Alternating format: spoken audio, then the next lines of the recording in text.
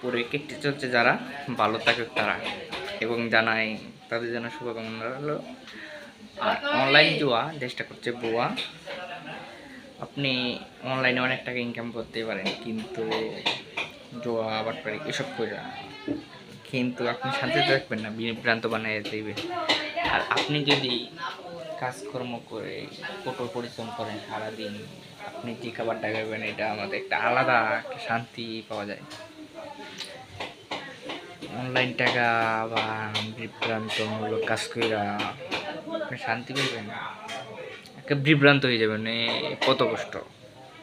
আর সারাদিন পরিশ্রম করে যে টাকাটা পাইবেন আপনার কাছে একটা